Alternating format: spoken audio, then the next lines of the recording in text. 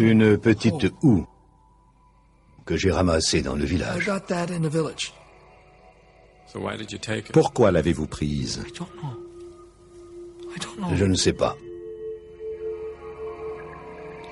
J'ai aussi ramassé une machette à côté d'un corps. Elle était ensanglantée.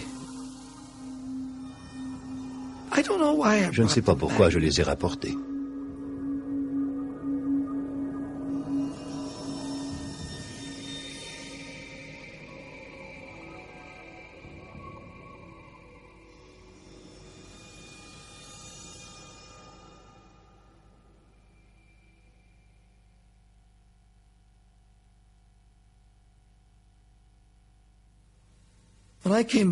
Lorsque je suis revenu, j'ai donné beaucoup de conférences. Je me suis dit que si j'en parlais, avec le temps, je me sentirais mieux. J'ai donc parlé devant différents groupes.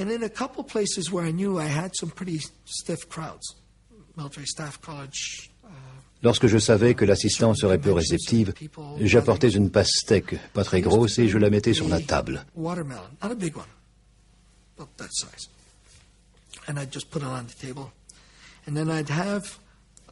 J'avais une houe et une machette dans un sac.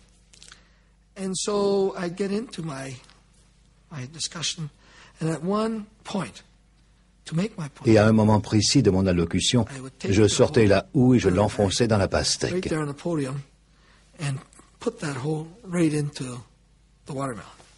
Cela attirait l'attention des gens. Mais c'est lorsque je sortais la machette et que je hachais le fruit qu'ils comprenaient vraiment. C'est pourquoi j'ai échoué.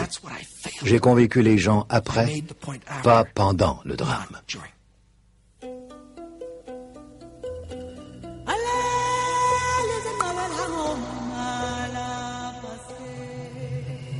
En août 1993, Roméo Dallaire se rend à Kigali, la capitale du Rwanda. Sa mission consiste à surveiller le processus de paix entre les deux groupes opposés du Rwanda. Le gouvernement est dominé par le groupe ethnique majoritaire, les Hutus. Les rebelles, le Front patriotique rwandais ou FPR, comprennent des Hutus, mais surtout des Tutsis. Après 3 années de guerre, le gouvernement et le FPR viennent de signer un accord de paix. Le général Dallaire estime qu'il a besoin de 5000 hommes pour maintenir cette paix. Cependant, à New York, le Conseil de sécurité des Nations Unies résiste. Je ne m'étais pas rendu compte à quel point New York et les nations participantes étaient peu disposées à employer les armes en raison des incidents en Somalie. Quelques jours avant le début de la mission au Rwanda, la mission de l'ONU en Somalie, dirigée par les États-Unis, s'est terminée par un désastre et des images de soldats américains morts. Par conséquent, un grand nombre de pays étaient craintifs. Les Américains veulent limiter la mission au Rwanda à 500 hommes. Mais Kofi Annan, le nouveau responsable du maintien de la paix, persuade le Conseil de sécurité d'en envoyer 2500. Avec la moitié des hommes dont il a besoin et qui proviendront d'une dizaine de pays, le général Dallaire doit mener à bien une mission facile et à petit budget, sans pertes humaines. J'ai demandé d'avoir au moins un bon officier d'état-major qui pourrait être mon bras droit. Ottawa envoie un autre officier canadien, le major Brent Beardsley. Des amis avaient déjà été sous son commandement et ils m'ont dit que je travaillerais comme je ne l'avais jamais fait dans ma vie. Il trouvait important de sortir et de visiter les lieux afin d'avoir une bonne idée de ce qui se passait. Anciennement, au Rwanda, les Tutsis étaient des éleveurs et les Hutus des cultivateurs. Souvent, les Tutsis étaient plus riches que les Hutus, qui eux étaient plus nombreux. Mais ils parlaient tous la même langue et les mariages entre les tribus étaient courants. Après la Première Guerre mondiale, les grandes puissances ont donné le Rwanda aux Belges. Les nouveaux colons avaient besoin de surveillants dans leurs plantations de thé et de bananes. Comme les Tutsis étaient plus grands, les Belges les croyaient supérieurs et leur ont donné la responsabilité de surveiller le travail des Hutus. Les Tutsis se sont enrichis sur le dos des Hutus. Les Belges disaient aux Tutsis « Fouettez les Hutus ou nous vous fouetterons ». En 1959, partout en Afrique, les empires coloniaux s'effondrent. Les Belges donnent aux Rwandais leur indépendance, mais instaurent une dictature Hutu. Les Hutus se vengent de leurs anciens maîtres Tutsis. En 1973, un colonel de l'armée, le Hutu Juvenal Habyarimana, prend le pouvoir lors d'un coup d'État et promet de faire cesser les massacres et d'unifier le Rwanda. Cependant, le président Habyarimana craint que le retour des Tutsis menace son régime. Il ferme donc les frontières et les empêche de revenir au pays. À Kigali, Lando et d'autres dirigeants Tutsis sont arrêtés et torturés. En 1990, des Tutsis et quelques Hutus modérés forment le FPR rebelle. En 1993, ils forcent Habyarimana à signer un accord de paix. Selon cet accord, Habyarimana devient président d'un nouveau gouvernement pluraliste. Lando est le ministre Tutsi. There was a desire to make this work. Les gens désiraient que cela fonctionne et je devais les aider à établir le nouveau gouvernement afin qu'ils puissent se remettre à vivre normalement. Le 1er novembre 1993, Roméo Dallaire hisse le drapeau de l'ONU au-dessus de son quartier général de Kigali. Toutefois, seulement 400 soldats de la paix sont arrivés. Comme toujours, l'ONU dépend des pays qui fournissent les soldats. Et comme d'habitude, ces pays tardent à envoyer leurs hommes. Nous avons rencontré les modérés qui appuyaient fortement l'accord de paix. Cependant, nous n'étions pas contents de l'existence des extrémistes qui n'avaient aucune intention de respecter cet accord de paix. Je crois que nous avons été trompés. Ils avaient seulement besoin de temps pour se préparer. Ils savaient qu'ils ne pourraient pas l'emporter sur le FPR. Ils avaient besoin de temps et une opération de maintien de la paix leur en donnait. Le 10 novembre 1993, les troupes du général Dallaire provenant de 24 pays différents commencent enfin à arriver. Le 17 novembre, le général Dallaire ouvre officiellement le quartier général d'UNAMIR, la mission d'assistance des Nations Unies au Rwanda. Ce jour-là, je me suis entretenu avec le président à mon quartier général. Le soir, 35 personnes ont été massacrées simultanément à 5 endroits différents dans la zone démilitarisée et juste au sud de cette dernière.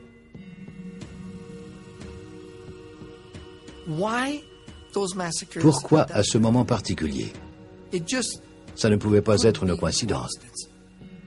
Le général Dallaire envoie Brent Beardsley à l'endroit où des enfants ont été assassinés. Nous sommes montés le long de la colline. Toutes les filles avaient été sauvagement violées. On leur avait arraché leurs robes et elles avaient été victimes de viols collectifs. Tous les enfants avaient été étranglés et portaient une marque de brûlure sur le cou. Je me suis tourné vers l'interprète officiel d'UNAMIR et je lui ai dit de demander aux gens qui, d'après eux, étaient responsables de ce massacre. Ce qu'il leur a dit m'a semblé beaucoup plus long que cette simple question. Il a dit le mot « Ekotani », qui veut dire « FPR » à 3 reprises. Les gens se sont alors mis à répéter « FPR »,« APR ». Je n'ai donc jamais fait confiance à cet interprète. Il se faisait tard et je devais retourner faire mon rapport au général Dallaire. Je ne comprenais pas pourquoi le FPR aurait perpétré ces massacres. Nous avons même trouvé un gant du FPR sur le sol. Mais je n'ai jamais vu les FPR porter de gants. Même s'ils en avaient porté, pourquoi en auraient-ils laissé traîner un sur le sol? En outre, les commandos du gouvernement qui nous attendaient au pied de la colline portaient tous une corde rouge autour de leur taille. Ils étaient tous armés d'un énorme couteau. Plus j'observais le cou des enfants, plus il me semblait qu'ils avaient été étranglés avec des cordes. Ces commandos avaient appris, lors de leur entraînement, à tuer silencieusement les gens avec une corde. J'avais vraiment l'impression que les commandos du gouvernement avaient arrangé ce massacre afin d'en blâmer le FPR. Le général Dallaire ne possède aucune preuve qui lui permettrait d'attribuer ces massacres au gouvernement du président Habyarimana. Cependant, il est bientôt abordé par un dirigeant haut placé de la milice Hutu qui lui offre des renseignements. L'informateur est venu nous voir à Kigali qui était sous la responsabilité de Luc Marshall. Le colonel Luc Marshall est le chef du contingent belge et le commandant du secteur de Kigali. Le général Dallaire l'envoie rencontrer l'informateur qui se nomme Jean-Pierre. Moi, je l'ai rencontré la première fois le 10 janvier, dans des circonstances tout à fait dignes d'un film. Vu les problèmes d'alimentation électrique à Kigali, régulièrement, les quartiers étaient plongés dans l'obscurité. Et donc, j'ai rencontré l'informateur à la lueur d'une bougie. Il m'a raconté que le FPR était leur ennemi et que combattre un ennemi, c'est tout à fait normal pour un citoyen, mais que depuis qu'on lui avait demandé de répertorier, donc ça veut dire de localiser les habitations où vivaient les Tutsis pour pouvoir les éliminer, que ça, il ne pouvait pas, sa conscience ne lui permettait pas d'accepter ce genre de situation. Et à partir de ce moment-là, on a bien réalisé qu'il fallait préparer le worst case.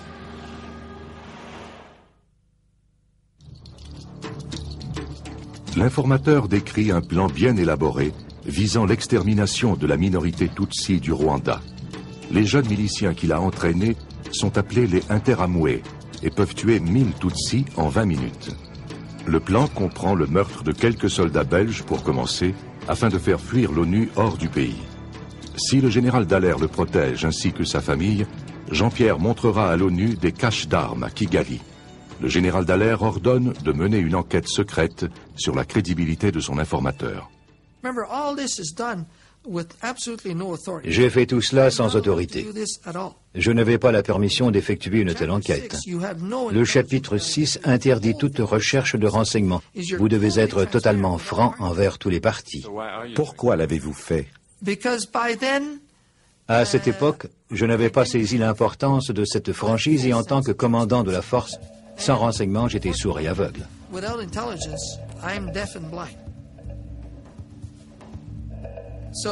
C'était une occasion parfaite.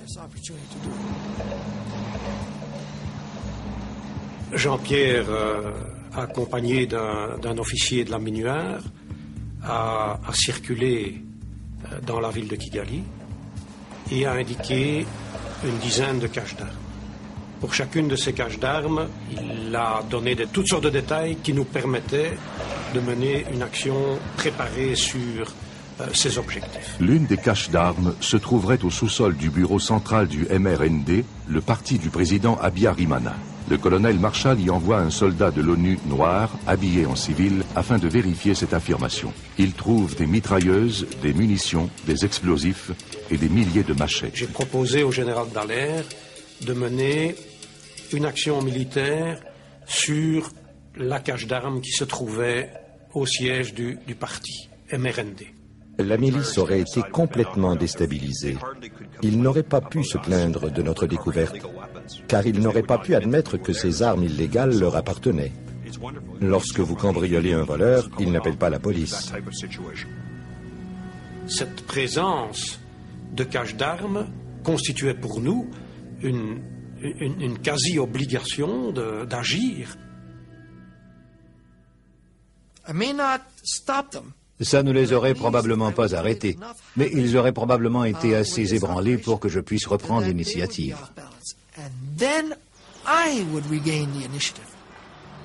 Le 11 janvier 1994, le général Dallaire envoie une télécopie officielle au bureau de Kofi Annan, à New York. Le message comprend les renseignements donnés par Jean-Pierre, dont le projet d'assassinat de Belges, afin de créer une situation semblable à celle de la Somalie au Rwanda. Il informe également M. Hammond que dans 36 heures, il effectuera une descente à la cache. Il termine son message en se disant qu'avec de la volonté, tout est possible. Si vous lisez le message que j'ai envoyé, je ne demande pas d'autorisation. Je ne dis nulle part « j'ai besoin de votre autorisation ».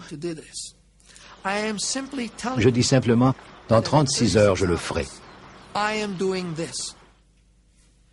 Par conséquent, lorsque j'ai reçu la réponse qui me disait « nous vous défendons de le faire », j'étais stupéfait.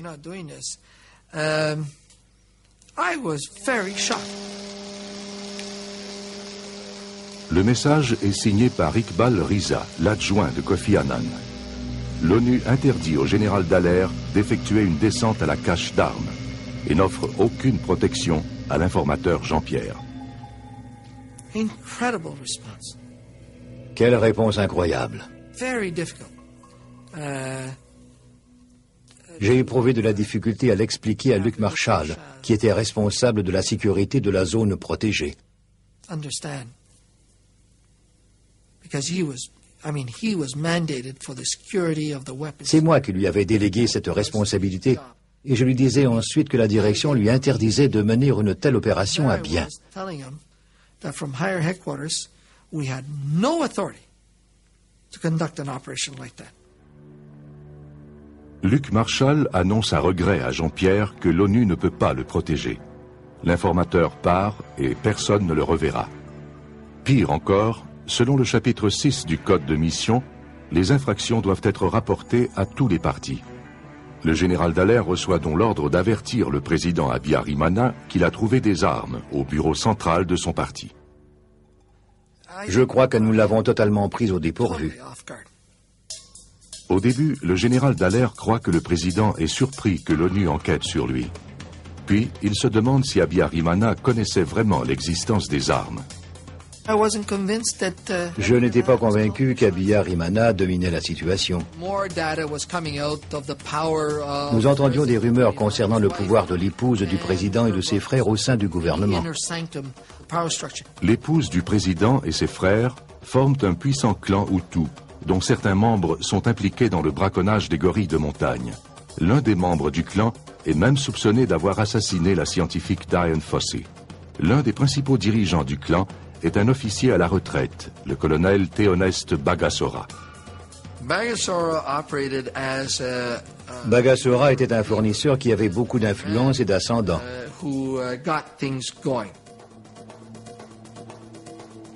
On apprend alors que Bagassora serait associé au massacre et qu'il entraînerait la milice Hutu.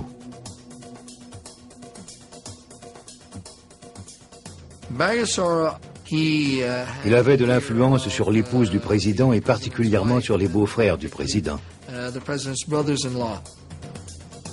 Après la rencontre du général Dallaire avec le président, ce clan sait que le général les surveille. Ils accélèrent les préparatifs. Les armes que le général Dallaire espérait saisir sont distribuées à la milice interamoué. Le colonel Bagassora utilise la radio pour coordonner sa campagne de propagande anti-Tutsi qui fait la promotion de la solution finale. Les messages diffusés répètent sans fin que le Rwanda doit être débarrassé de la vermine.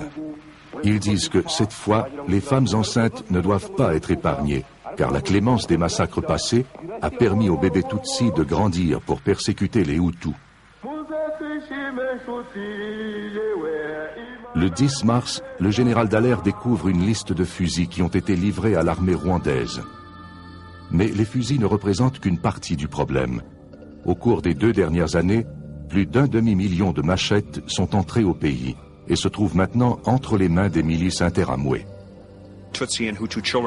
À l'école, les enfants Tutsi et Hutu étaient séparés. Ils étaient assis d'un côté et de l'autre de la classe. En fait, ils les préparaient pour le génocide, car les enfants ne possédaient pas de carte d'identité. La sécurité publique se détériorait rapidement, et toute cette information était quotidiennement envoyée à New York. Le général Dallaire envoie 5 autres messages par télécopie à New York, tous plus désespérés les uns que les autres. Nous avons continué à faire pression jusqu'en mars. Ils devaient être agacés d'en entendre parler, car nous demandions constamment la permission de mettre en application des mesures de dissuasion. Mais cette permission n'est jamais venue. Les supérieurs du général Dallaire croient qu'il réagit trop vivement à la situation, qu'il cherche simplement un prétexte pour passer à l'action. Lorsqu'on vous donne le commandement d'une mission, vous êtes responsable de la vie des gens qui dépendent de vous. Si le chef qui vous a donné cette mission doute de vous, il vous surveillera et s'inquiétera de vos décisions. Ergo, they're going to keep an eye on this guy. They're not too sure, how it'll go. Cela modifiera la perception que vos supérieurs auront de ce que vous ferez et de ce que vous rapporterez. Willy Claes, le ministre belge des Affaires étrangères, arrive à New York. Il revient du Rwanda et confirme les rapports du général Dallaire. Il demande que plus d'hommes et plus d'armes soient envoyés au général. Le Conseil de sécurité se réunit. Certains pays sont prêts à répondre à cette demande, mais les États-Unis et la Grande-Bretagne refusent.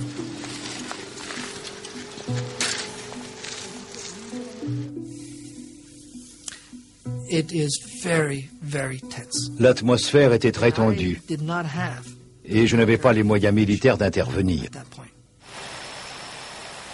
Le 2 avril, le président Habyarimana s'envole pour la Tanzanie à bord de son avion personnel afin d'y discuter de la crise. En raison de la pression exercée par les autres États africains, il accepte de reprendre le processus de paix. Il téléphone à l'un de ses ministres demeurés au Rwanda et lui ordonne de préparer un discours annonçant ses intentions d'honorer les clauses restantes de l'accord de paix. 4 jours plus tard, il retourne chez lui. Le soir du 6 avril 1994, son avion s'approche de l'aéroport de Kigali. À une soixantaine de mètres de la piste d'atterrissage, l'avion du président Habyarimana est atteint par un missile. Personne ne sait qui l'a lancé, mais l'avion est détruit et tous ses passagers meurent. Le dernier obstacle au pouvoir des extrémistes Hutus a été éliminé.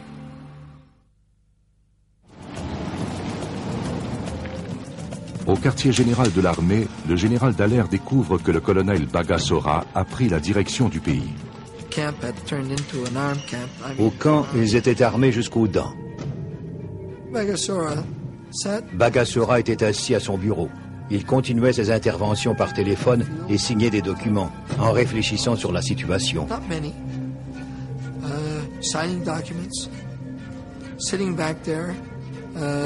Je lui demandais quelles étaient ses structures politiques, quels étaient ses projets et quel était le rôle de l'ONU dans tout cela. Bagosora affirme qu'il ne s'agit pas d'un coup d'État. Mais lorsque le général Dallaire annonce que le dirigeant officiel est maintenant la première ministre, Madame Agathe, Bagosora dit qu'elle est trop faible et il rejette cette idée.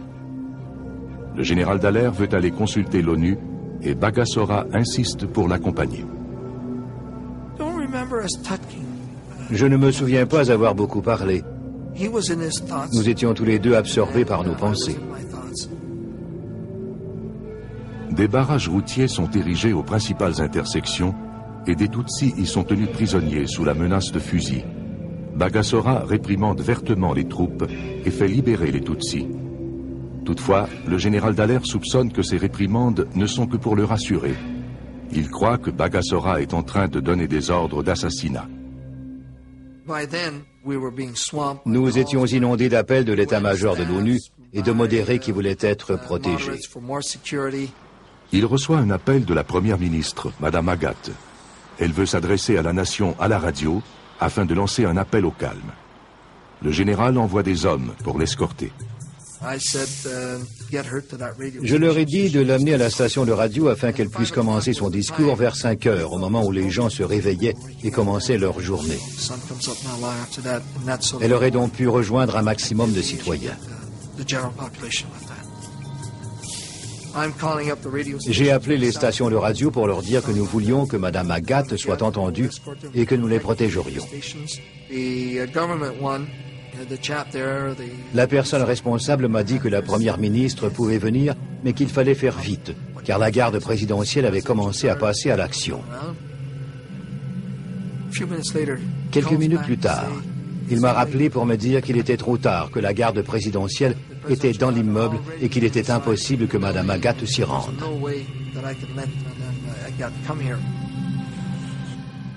À 6 heures le 7 avril, les Belges envoyés chez Madame Agathe pour lui servir d'escorte se heurtent à la garde présidentielle. Les soldats de l'ONU ne sont pas assez nombreux pour protéger la première ministre. Eux-mêmes ne peuvent plus partir. Le général Dallaire saute dans sa Jeep pour se rendre sur place et tenter de libérer lui-même Madame Agathe. Près de la demeure de la première ministre, il doit s'arrêter devant un barrage routier de la garde présidentielle. L'un des gardes m'a dit « Vous n'irez nulle part ». Je suis descendu de la voiture pour lui expliquer qui j'étais, mais il a répété que je ne passerais pas. Je lui ai répondu que je passerais. Je me suis mis à marcher, les gardes se sont tournés, mais ils n'ont pas tiré. Cependant, il arrive trop tard. Les Belges se sont rendus à la garde présidentielle et ont été conduits au camp de Bagassora. Madame Agathe, son époux et ses enfants s'enfuient par l'arrière de leur demeure jusqu'au camp voisin de l'ONU. Elle cache ses enfants. Les gardes la rattrapent. Elle leur demande calmement de l'amener ailleurs, car elle ne veut pas que ses enfants l'entendent mourir, mais il la tue sur place, ainsi que son mari. Il relève la robe de la première ministre et enfonce une bouteille dans son vagin.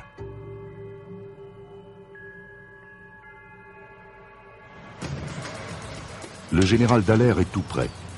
Un soldat rwandais le prend dans sa jeep et le général lui demande de l'amener jusqu'au colonel Bagassora.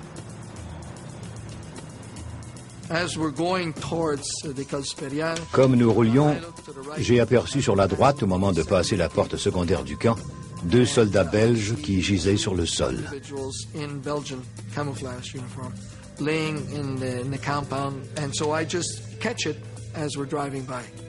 Les corps sont ceux des soldats belges qui ont été faits prisonniers à la demeure de Madame Agathe. J'ai dit au chauffeur de s'arrêter, que c'était mes hommes. Et il a répondu qu'il ne pouvait pas, que la situation était trop confuse dans le camp. Il pouvait seulement me conduire jusqu'à la réunion des commandants. En quelques secondes, le général Dallaire doit décider s'il envoie des hommes pour porter secours aux Belges qui pourraient être encore vivants dans le camp. Je me suis rendu compte que je subissais des pertes, que j'avais des troupes et des civils partout au pays, et que beaucoup n'étaient même pas armés. Je savais que je n'avais pas beaucoup de possibilités pour me défendre, et que j'avais peu de munitions. Je songeais quotidiennement à cette situation.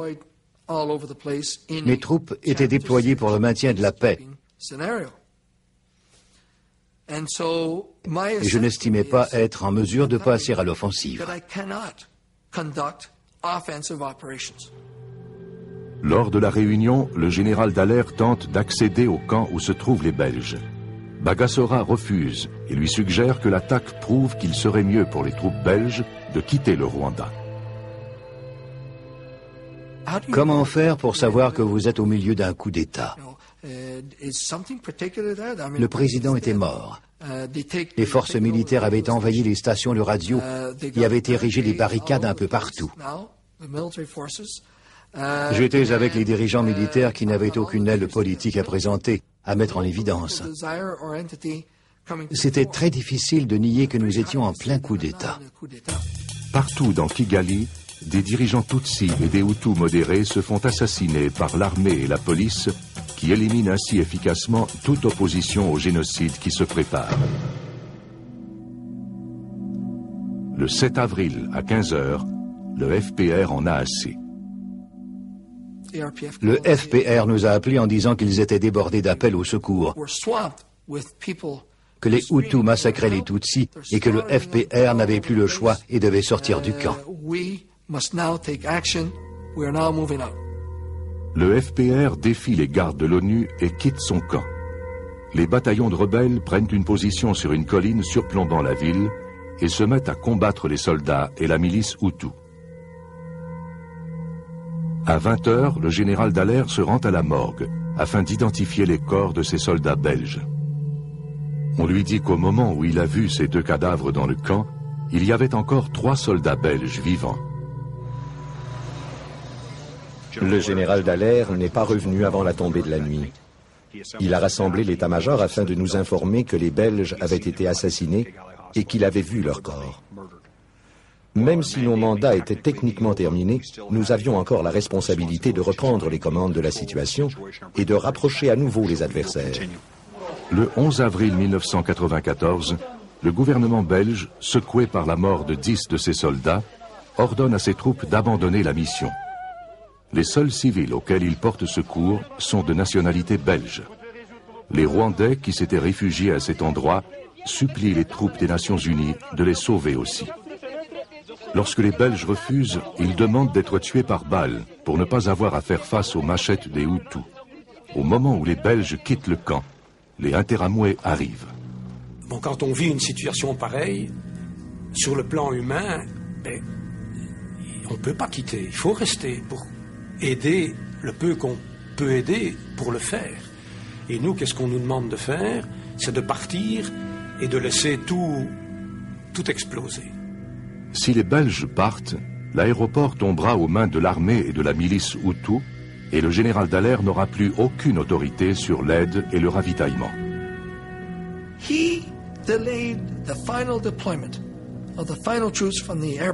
Il a repoussé de 3 jours le départ de ses dernières troupes.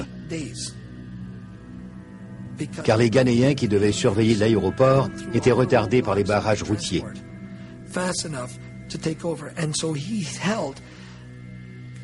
Il a donc désobéi aux ordres de ses supérieurs pour laisser le temps au renfort d'arriver. Le retard de Luc Marshall permet à l'ONU de garder les commandes de l'aéroport. Mais le général Dallaire voit Bruxelles lui retirer ses meilleures troupes. C'est plutôt ironique, car quand l'avion a décollé, j'ai songé que 50 ans auparavant, mon père et mon beau-père se battaient en Belgique pour la libérer. Beaucoup de Canadiens sont morts en Belgique.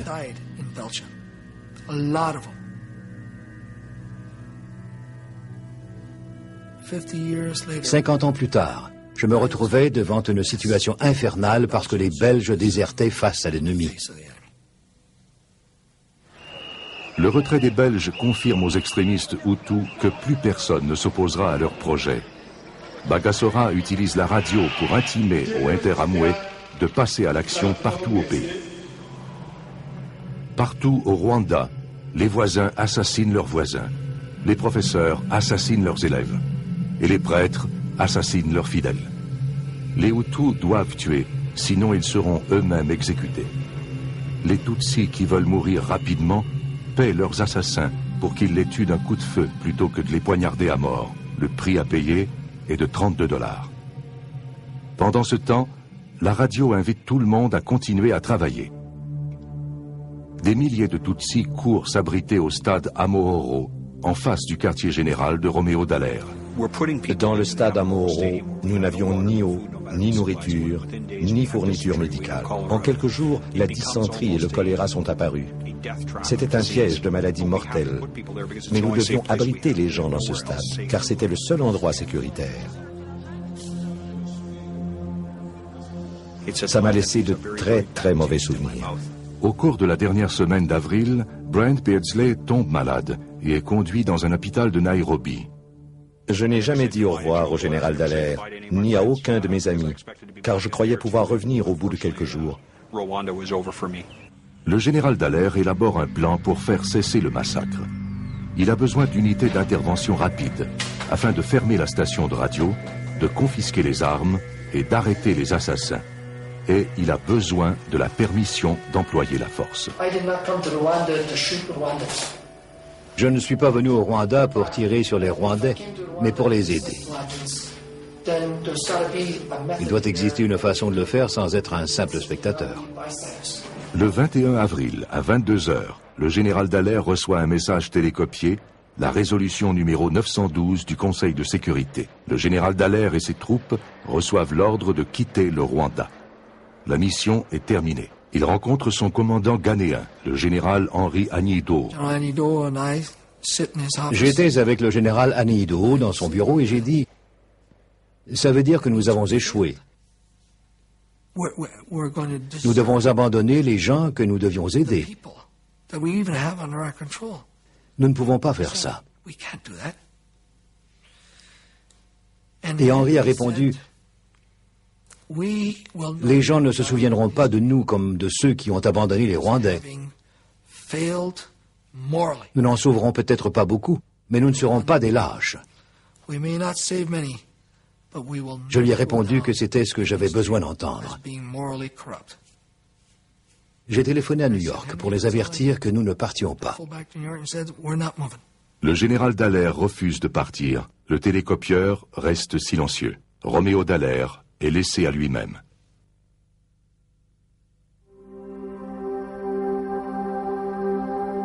Le 1er mai 1994 est le 21e jour du génocide. Au moins 200 000 personnes sont mortes. Le général Dallaire a réussi à garder quelques 450 hommes.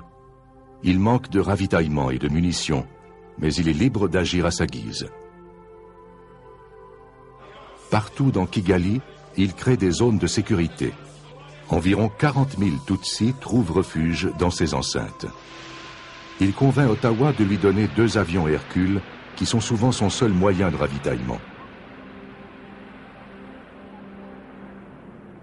Le FPR a commencé à assaillir Kigali. Où qu'il aille, le génocide s'arrête. Le général Dallaire place autant de réfugiés qu'il le peut derrière le périmètre de sécurité du FPR. Les Interamouais surnomment le général Dallaire le Tutsi, et le colonel Bagassora lui profère des menaces de mort. Le général promet un récit par jour à tous les journalistes qui resteront. Si le monde ne vient pas au Rwanda, Roméo Dallaire livrera le Rwanda au monde. La stratégie du général Dallaire avec les médias donne des résultats. Le Conseil de sécurité condamne les massacres, mais les États-Unis ne permettent pas l'utilisation du mot génocide. Selon les lois internationales, ce mot entraîne l'obligation d'intervenir. We have every reason to believe that acts of genocide have occurred. How many acts of genocide does it take to make genocide? Alan, that's just not a question that I'm in a position to answer. True that you have specific guidance not to use the word genocide in isolation, but always to preface it with this word acts of. I have guidance which I try to use as best as I can. I'm not. I have. There are formulations that we are using that we are trying to be consistent in our use of. Le 17 mai 1994, le malaise est devenu trop important. Après un débat, les États-Unis cèdent et le Conseil de sécurité autorise une nouvelle mission, UNAMIR 2. Cependant, le général Dallaire sait avec quelle lenteur l'ONU agit. En attendant, il ne peut rien faire, sauf sortir chaque jour, accompagné de son escorte ghanéenne, afin de rapporter les détails du génocide qu'il ne peut pas faire cesser. Nous nous sommes rendus dans un village environ 3 ou 4 heures après le massacre. Il n'y avait aucun bruit. Les oiseaux chantaient dans un incroyable silence. Les habitants étaient tous morts. Dans une hutte, ils avaient ouvert le ventre d'une femme enceinte et avaient coupé le fœtus en 2.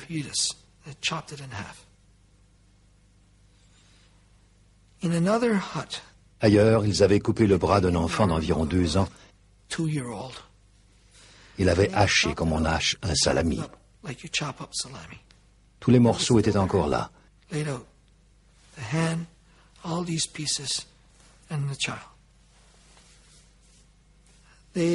les étouffaient en les empilant.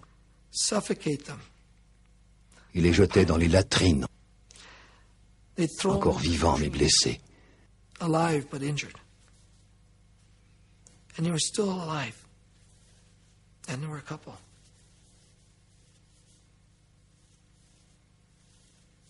And nous prenions des notes, puis nous marchions jusqu'au prochain village.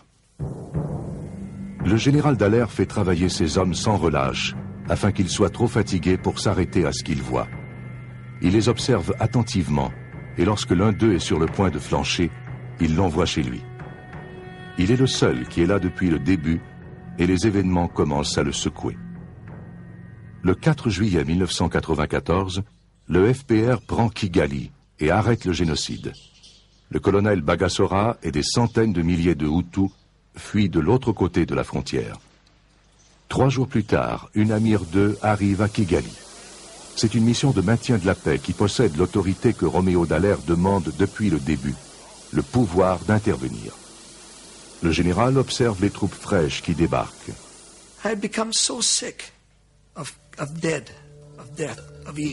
J'étais tellement écœuré de la mort, de voir des chiens qui mangeaient des cadavres, de sentir l'odeur des corps en décomposition. Tout semblait mort. J'ai envoyé mes gardes ghanéens acheter une famille de chèvres.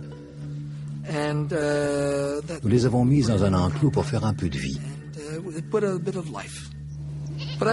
Je me suis beaucoup attaché à elles. Il y avait la mère et les petits. Tout était tellement normal.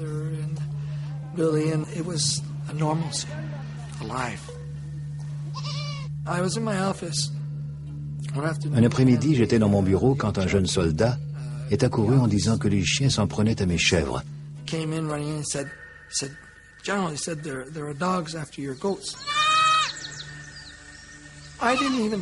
Je n'ai pas hésité. J'ai saisi mon pistolet, j'ai couru vers l'enclos et je me suis mis à tirer. J'ai tiré sur les chiens pendant assez longtemps.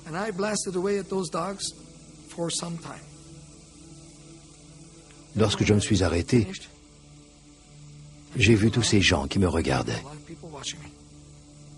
Il sait alors que c'est à son tour de repartir chez lui.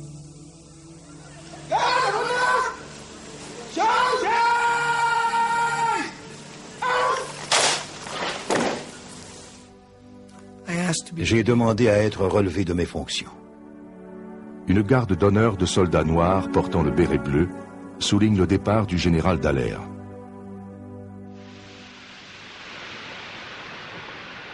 Le 3 septembre 1994, il est de retour à son bureau d'Ottawa.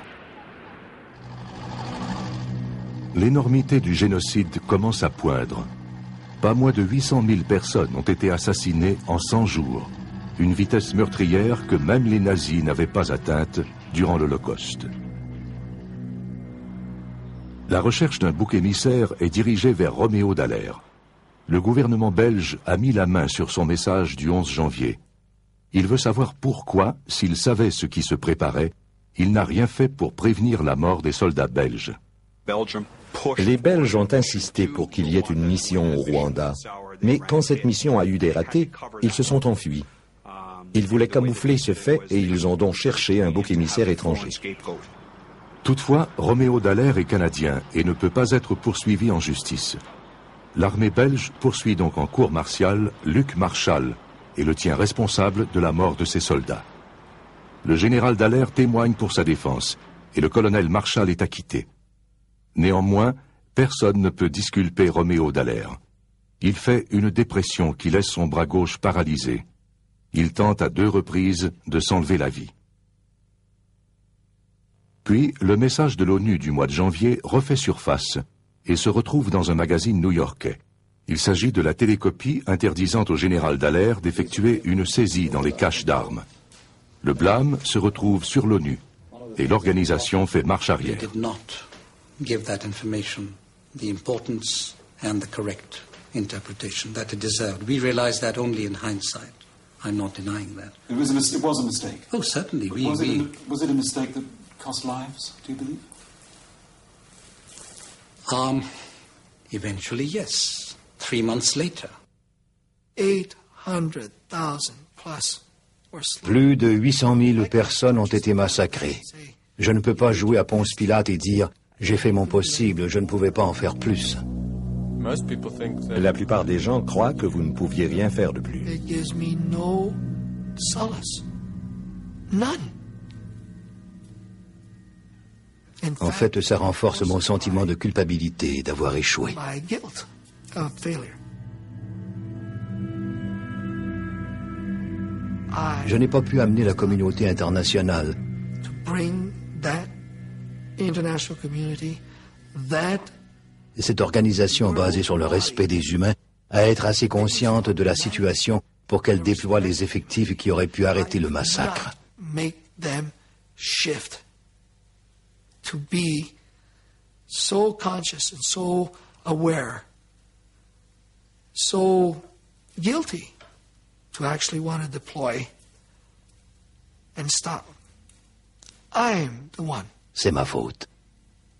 It was me.